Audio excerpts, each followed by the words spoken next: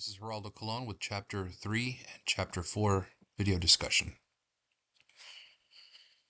The early American colonies were a melting pot, drawing people from various backgrounds servants, enslaved individuals, free farmers, religious refugees, and powerful landowners. Regardless of their origins, they all contributed to shaping entirely new societies. For Native Americans, this expansion was a devastating tide, as their ancestral lands were increasingly dominated and transformed by these growing European settlements. Over the 17th and 18th centuries, what began as more flexible labor practices and unclear racial definitions gradually hardened into a brutal system of race based chattel slavery, which became a cornerstone of the British Empire's economy.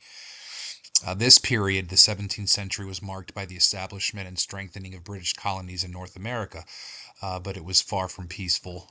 English settlements faced intense periods of violence, conflicts like the Pequot War, the Mystic Massacre, King Philip's War, the Susquehannock War, Bacon's Rebellion, and the Pueblo Revolt rocked the continent, showing just how unstable and often violent this expansion was. Colonists battled harsh climates, complex imperial rivalries, and constant clashes with Native American populations. They often achieved their goals through sheer force, attacking the Native Americans, provoking European rivals, and actively participating in the highly profitable transatlantic slave trade. After a century of hardship and conflict, the British North American colonies evolved into increasingly complex societies. They developed their own distinct religious practices, economic systems, and political traditions, which would eventually influence not only North America, but the entire Atlantic world. While slavery was a widespread practice across the Atlantic, it developed unique characteristics in British North America. By 1750, slavery was legal in all North American colonies. However, the local economies, population trends, and cultural practices in each colony led to different forms of slavery across the region.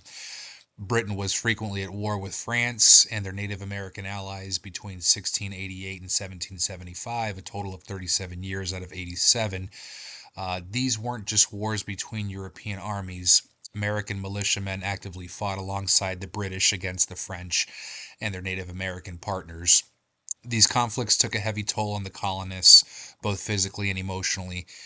Border towns experienced frequent raids by French, allied Native Americans, leading to destroyed homes, burned crops, and the capture of colonists.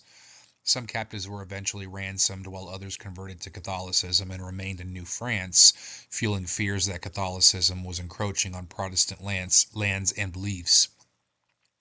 The ongoing rivalry between France and Britain over their North American territorial claims was a major source of tension during this era.